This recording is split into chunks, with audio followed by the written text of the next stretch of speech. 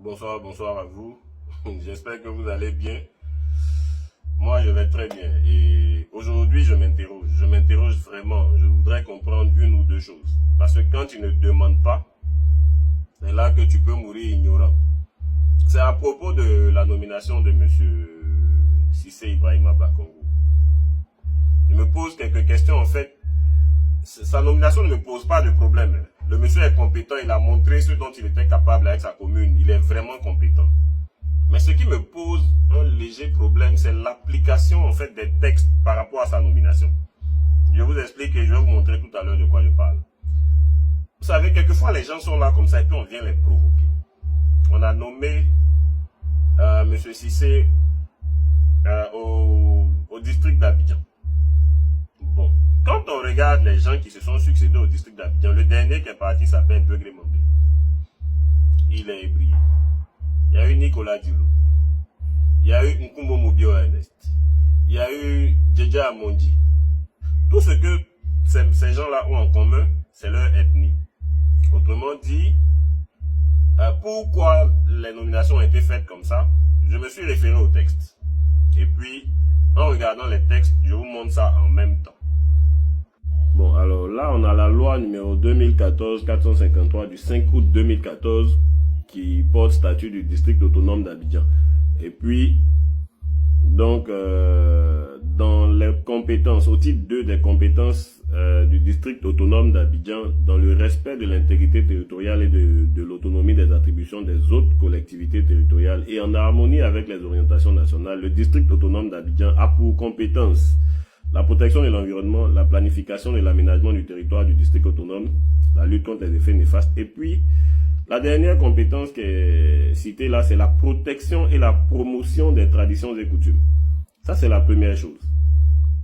Donc, je vais plus loin avec les incompatibilités.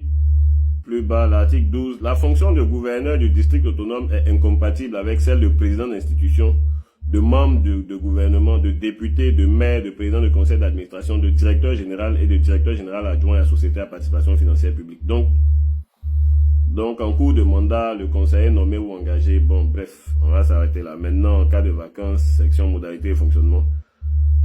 Ok, donc on va s'arrêter là et puis on revient à notre débat. Donc, au regard des textes en fait, la personne qui est là, doit faire la promotion de la culture et des coutumes de ce peuple, ou du peuple en fait qui est censé habiter ce district.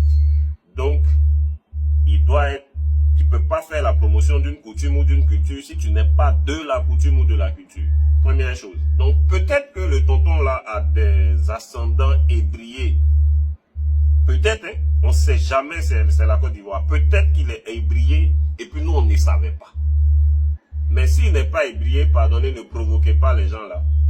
Permettez à la loi de suivre son cours. Et la deuxième chose qui me dérange, c'est ce que vous avez lu tout à l'heure, c'est l'incompatibilité de sa fonction avec ce poste de nomination. Alors, donc, c'est soit quoi, il est toujours maire de l'autre côté là-bas et puis il laisse un peu son poste de maire vacant pour pouvoir venir prendre le district d'Abidjan, ou bien c'est quoi? Parce qu'il est déjà maire. Bon. Maintenant, la question même que moi-même me pose, c'est il n'y a pas de compétences autres que les mêmes là. Parce qu'on est dans l'année de la jeunesse. Il y a des jeunes compétents comme nous, comme ça. On peut se naturaliser et briller et puis ils vont nous donner le poste là. Ça fait quoi? On est jeunes. Ou bien parmi les ébriés là, il n'y a pas de personnes qui soient suffisamment compétentes pour pouvoir prendre ce poste là et puis le mettre en valeur. Il n'y en a pas.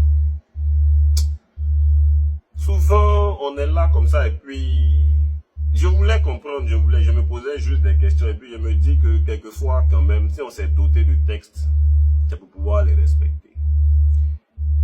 Quelles sont les compétences requises pour être gouverneur de district?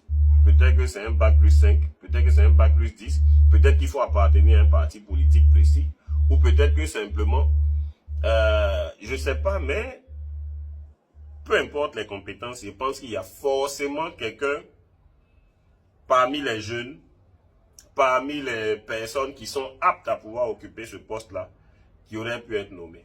Ça, c'est mon avis. Ça n'engage que moi. Si tu veux aller dans la contradiction, tu le fais, mais dans le respect. Sinon, tu seras bloqué calmement. sans débat. Je vous remercie.